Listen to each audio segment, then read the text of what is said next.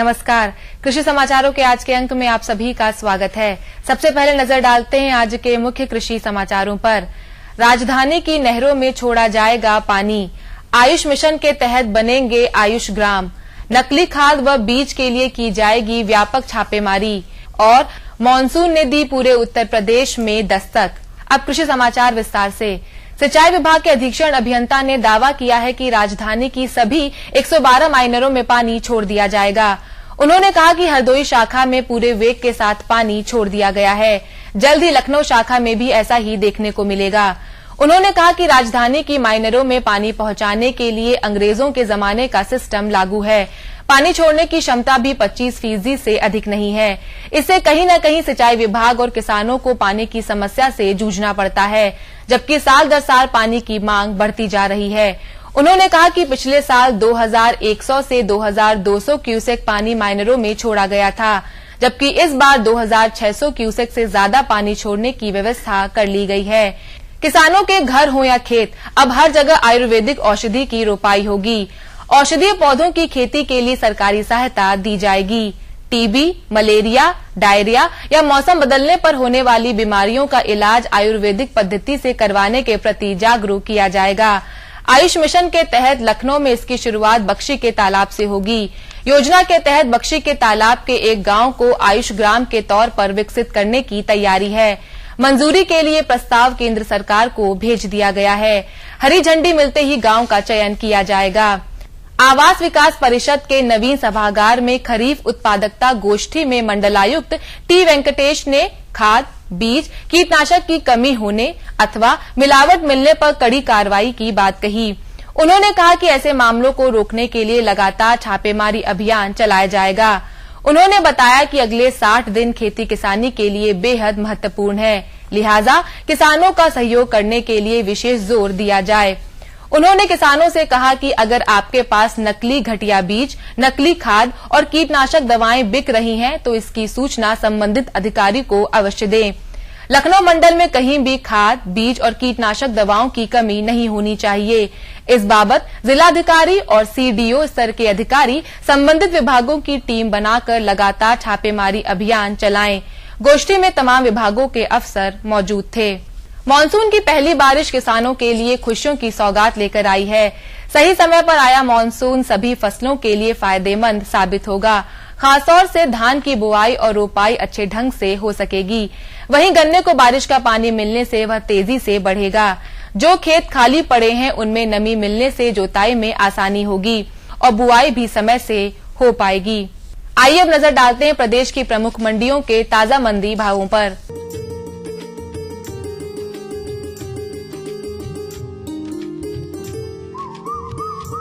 चावल लखनऊ की मंडी में 2110 रुपए, सीतापुर की मंडी में 2105 रुपए, रायबरेली की मंडी में 2100 रुपए, हरदोई की मंडी में 2090 रुपए और फैजाबाद की मंडी में 2100 रुपए प्रति क्विंटल रहा। गेहूं लखनऊ में 1560 रुपए, सीतापुर में 1565 रुपए, रायबरेली में 1570 रुपए, हरदोई में 1555 रुपए और फैजाबाद में 1560 रुपए प्रति क्विंटल रहा। मसूर लखनऊ में 5430 रुपए, सीतापुर में 5410 रुपए, हरदोई में 5405 रुपए और फैजाबाद में 5400 रुपए प्रति क्विंटल रहा।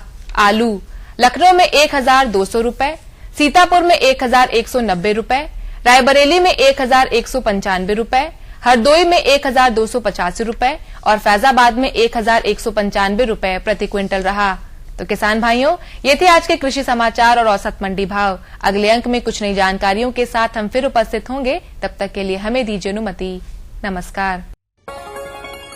तो और बताओ। बस। अरे ये क्या भैया जी, बस इतनी सी रासायनिक खाद? किसानी छोड़ रहे हो क्या? किसानी नहीं, नादानी छोड़ रहे हैं। मिट्टी की जांच कराई है। अब तो लालाजी जितनी जरूरत है उतने ही उर्वरक खेत में डालेंगे। हाँ किसान भाई आज ही अपने जिले की नजदीकी भूमि परीक्षण प्रयोगशाला में मिट्टी की जांच जरूर करवाएं और मिट्टी में पोषक तत्व, नमी व पौधे के विकास को देखते हुए केवल जरूरत के अनुसार ही पोषक तत्व डालें। और हाँ, मिट्टी में गंधक, जस्ता, बोरोन जैसे सूक्ष्म पोषक तत्वों का पता लगाना भी न भूलें।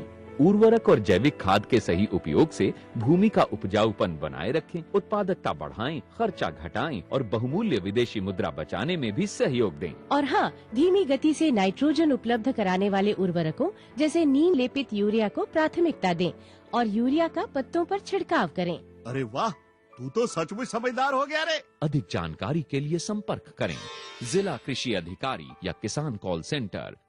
मेरे साथ बोलो ए बी। अरे नादान, बच्चे को एबीसी सिखा रहा है। अरे काम धंधे की एबीसी तू कब सीखेगा? ये देख विज्ञापन। तेरे जैसे कृषि विज्ञान सीखे हुए युवाओं के लिए भारत सरकार के कृषि मंत्रालय ने एक योजना बनाई है, ACABC। ACABC? जी हाँ, ACABC यानी एग्री क्लिनिक्स और एग्री बिजनेस सेंटर। इसके तहत कृषि विज्ञान पढ़े युवाओं का चयन होने पर उन्हें मुफ्त ट्रेनिंग दी जाती है और हाँ, अपना कारोबार चलाने के लिए बैंक से लोन भी मिलता है। इसके साथ ही अगर युवा अपने इलाके के किसानों की खुशहाली के लिए उन्हें खेती बाड़ी व अपने कारोबार से जुड़ी लाभदायक जानकारी देते रहेंगे तो उन्हें लोन पर 36 से 44% तक की सब्सिडी भी मिलेगी। तब तो मैं जरूर सीखूंगा काम धंधे की ABC। शाबाश, चलो अपनाएं स्वरोजगार, खेती में हो विकास अपार।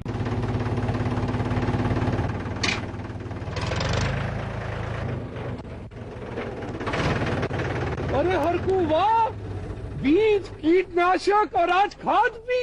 अरे इतना खर्चा कहाँ से? अरे खर्च की चिंता किसे है, मेरे पास है ये किसान क्रेडिट कार्ड। कार्ड? अरे बैंकों द्वारा जारी इस कार्ड से किसान उसकी सीमा तक की रकम कभी भी बैंक से निकलवा सकता है और खेती बाड़ी की सामग्री कभी भी खरीद सकता है। तो हरकू भैया एक कार्ड मेरे लिए भी। किसान क्रेडिट कार्ड के लिए नजदीकी बैंक से संपर्क करें और पाएं ढेर सारे लाभ।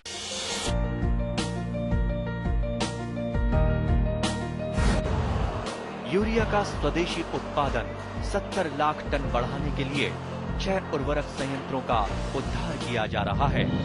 FCIL के गोरखपुर, सिंदरी, तलचर और रामागुंडम संयंत्र, HFCL की बरौनी इकाई और BVFCL की नामरू फोर्थ। सोने पर सुहागा ये है कि देश में अब बनेगा सिर्फ नीम लेपित यूरिया, क्योंकि इससे होगा किसानों का फायदा ही फायदा।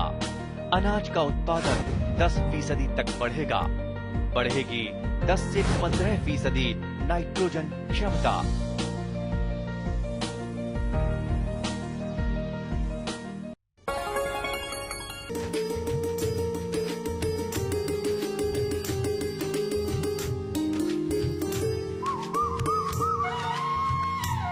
हमारे सभी दर्शक किसान भाइयों को नमस्कार। आप सभी का स्वागत है आपके अपने कार्यक्रम कृषि दर्शन के विशेष फोन इन कार्यक्रम में, जो केंद्रित है आपकी जिज्ञासाओं और आपकी समस्याओं पर, जो कृषि विषय से जुड़ी हुई हैं और उनके समाधान के लिए हमारे साथ विशेषज्ञ होते हैं, आपकी समस्याओं का समाधान भी करते हैं। लेकिन किसान भाइयों, हम बता दें कि ये सारी समस्याएं किसी विषय से जुड़ी होती हैं। तो सबसे पहले आज का विषय हम आपको बता दें। आज हम बात करेंगे मृदा स्वास्थ्य कार्ड योजना के संबंध में, क्योंकि किसान भाइयों समय भी चल रहा है, ग्रीष्मकालीन खाली खेत पड़े हुए हैं और इस समय मिट्टी का नमूना लेने का सही समय है और इसके साथ ही खरीफ की दलहनी फसलों की बुआई का भी समय चल रहा है। तो दलहनी फसलों में क्या सामयिक कार्य हो सकते हैं, कोई भी अगर समस्या है तो आप हम तक पहुंचा सकते हैं। उसके लिए आप नोट कर लीजिए हमारे फोन नंबर हैं 0522-220-5756 और इसके साथ ही दूसरा फोन नंबर नोट कर लें। दूसरा फोन नंबर है 0522-228-8698। टोल फ्री यानी निःशुल्क बात करने के लिए आप मिला सकते हैं 1800-180-5233। तो किसान भाइयों, आप अपनी समस्याएं हम तक पहुंचाइए और आइए आज आपकी हम मुलाकात करवाते हैं अपने विशेषज्ञ से। आज आपकी समस्याओं का समाधान करने के लिए हमारे साथ हैं डॉक्टर जगन्नाथ पाठक जी। आप मृदा वैज्ञानिक हैं लखनऊ विश्वविद्यालय लखनऊ में।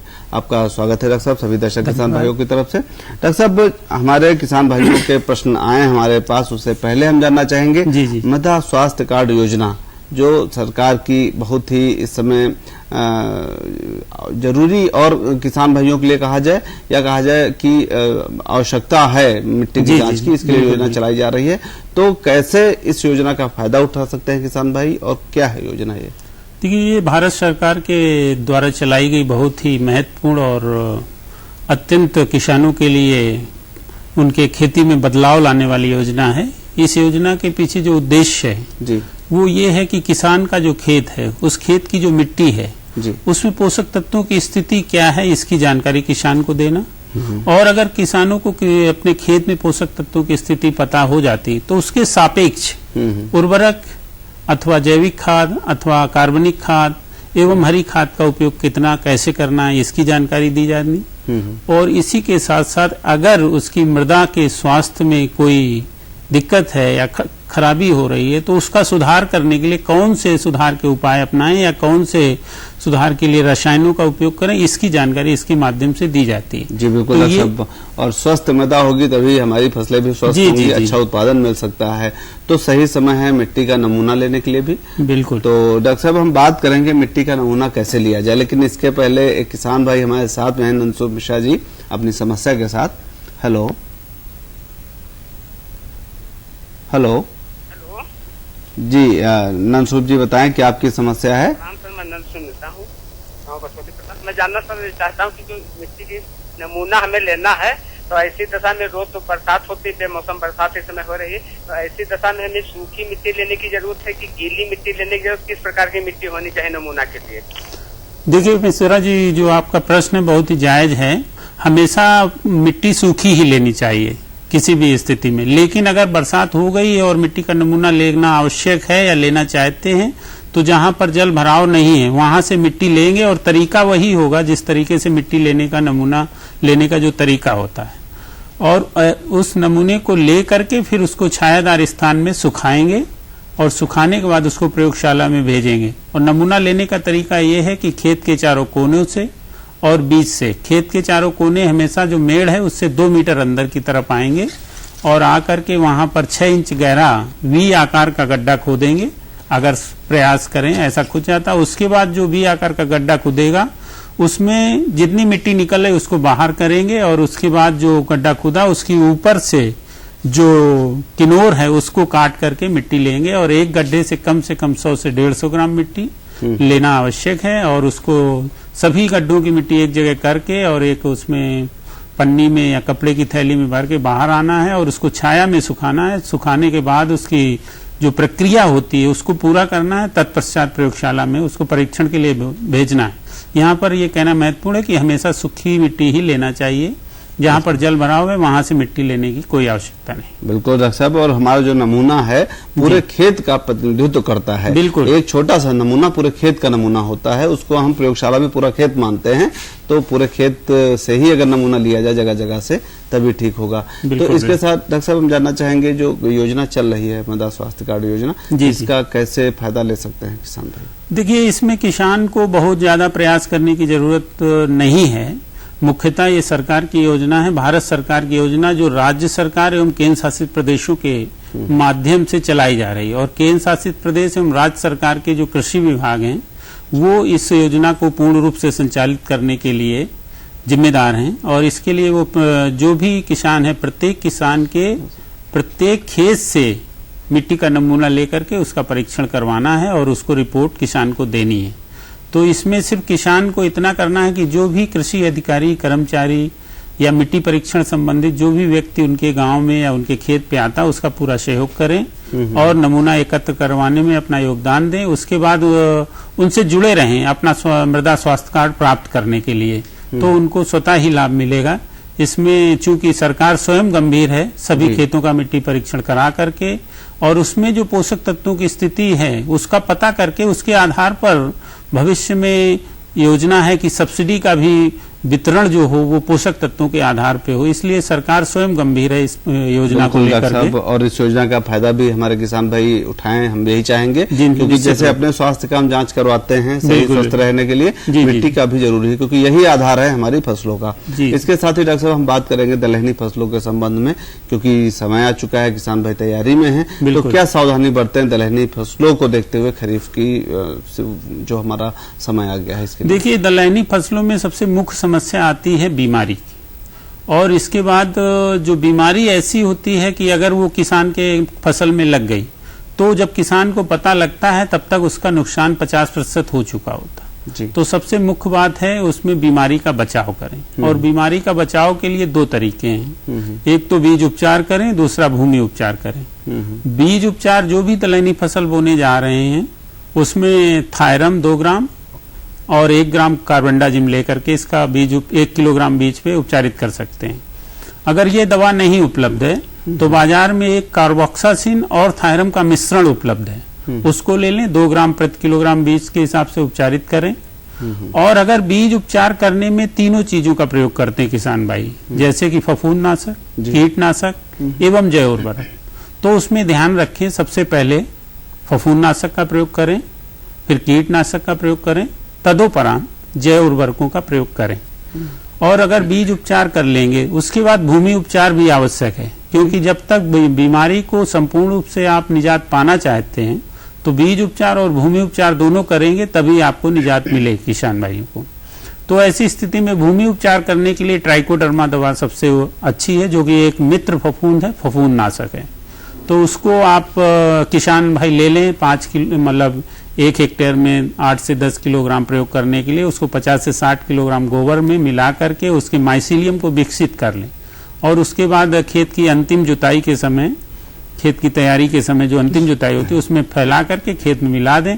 तो ये 2 बातें ध्यान रखेंगे तो यहाँ पर। और तीसरी बात है बीमारी के प्रति अवरोधी प्रजातियों का चयन करना, तो बीमारी से उनको निजात मिले। जो बीमारियां वहां पर हो रही हैं उससे लड़ने की क्षमता है जिनकी, बिल्कुल ऐसी प्रजातियों का चयन करें। चूंकि जो ज्यादातर बीमारियां हैं वो फफूंद जनित हैं, जैसे उकठा बीमारी है, पूरी फसल को जिस समय उसमें फलियां लगी होंगी उस समय पूरी फसल को नष्ट कर देती है, और अगर खड़ी फसल में उकठा आ गया तो उसका नियंत्रण संभव नहीं है। तो ये जो ऐसी स्थिति में बीज उपचार, भूमि उपचार एवं अवरोधी प्रजातियों का चयन ही कारगर उपाय होगा। जी बिल्कुल डॉक्टर साहब। तो इन प्रजातियों की जानकारी कहाँ से प्राप्त हो सकती है? प्रजातियों की जानकारी देखिए, जो हमारे कृषि विश्वविद्यालय हैं उनसे प्रजातियों का विकास किया गया। कृषि और भारतीय कृषि अनुसंधान परिषद के जो संस्थान है वहां से प्रजातियां निकाली गई हैं, और इसकी जानकारी प्राप्त करने के लिए आज के समय में जिले में जो सबसे अच्छा स्रोत है किसानों के लिए वो है कृषि विज्ञान केंद्र। अपने जिले में स्थित कृषि विज्ञान केंद्र का पता करें और वहां पर विशेषज्ञों से राय लें,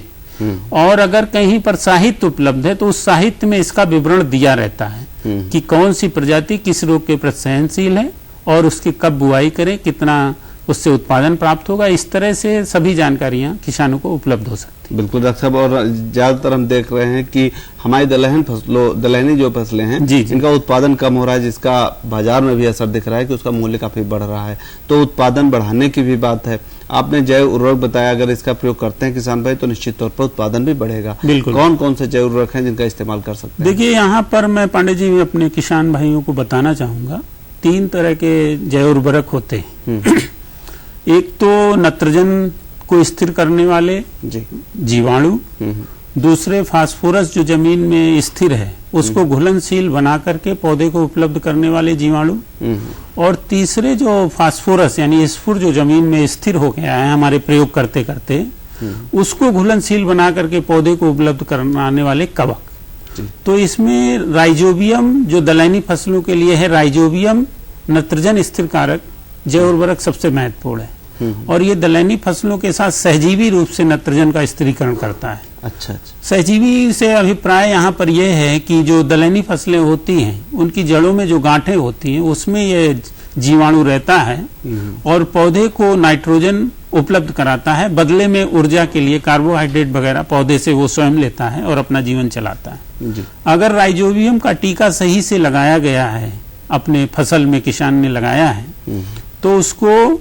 25 से 30 किलोग्राम नत्रजन निश्चित रूप से एक हेक्टेयर में स्थिर हो जाती है, जो उसकी फसल को उपलब्ध हो जाती है। और यही कारण है किसान भाइयों, मुख्य रूप से जो हम दलहनी फसलों में नाइट्रोजन का कम प्रयोग करते हैं, क्योंकि वहां पर स्वतः ही फैक्ट्री लगी हुई है नाइट्रोजन बनाने की, इसलिए जीवाणु वहां अपना काम कर रहा है, इसलिए ऊपर से हम नाइट्रोजन कम मात्रा में देते हैं। और जहां तक स्फुर घोलक की बात हो रही, तो वो पीएसबी सबसे मुख्य जीवाणु है, पीएसबी का प्रयोग करना चाहिए, जिसको कि फास्फेट सल्वुलाइजर बैक्टीरिया बोलते हैं। इसकी विभिन्न प्रकार की स्ट्रेन्स हैं, उनका प्रयोग कर सकते हैं। और माइकोराइजा एक कवक है जिसका प्रयोग स्फुर घोलक के रूप में, जैव उर्वरक के रूप में कर सकते हैं। तो इन तीनों का उपयोग कर सकते हैं और इनके बाजार में कल्चर उपलब्ध हैं, जिनको ले लें, एक पैकेट 1 एकड़ के बीज के लिए पर्याप्त होती है। बिल्कुल डॉक्टर साहब, हम जो जैव उर्वरक हैं इन पर चर्चा करेंगे ताकि हमारे किसान भाइयों का अधिक उत्पादन हो, लाभ भी हो। लेकिन इसके साथ ही अमित पाठक जी हैं कानपुर देहात से, अपनी समस्या के साथ इनकी समस्या भी सुनते हैं। हेलो हेलो, ठीक है जी अमित जी, क्या आपकी समस्या है? सर, अरहर के बारे में जानना है, कैसे क्या बुआई वगैरह की जाए? अच्छा, अरहर की बुआई के संबंध, अरहर की बुआई की बात, जैसे कि खरीफ की मुख्य दलहनी फसल है। अभी हम यहाँ बताना चाहते हैं कि 3 मुख्य दलहनी फसलें, एक अरहर है, दूसरा उड़द है, मूंग है, और ले दे करके थोड़ा बहुत लोबिया। इन सारी दलहनी फसलों में अरहर सबसे मुख्य है।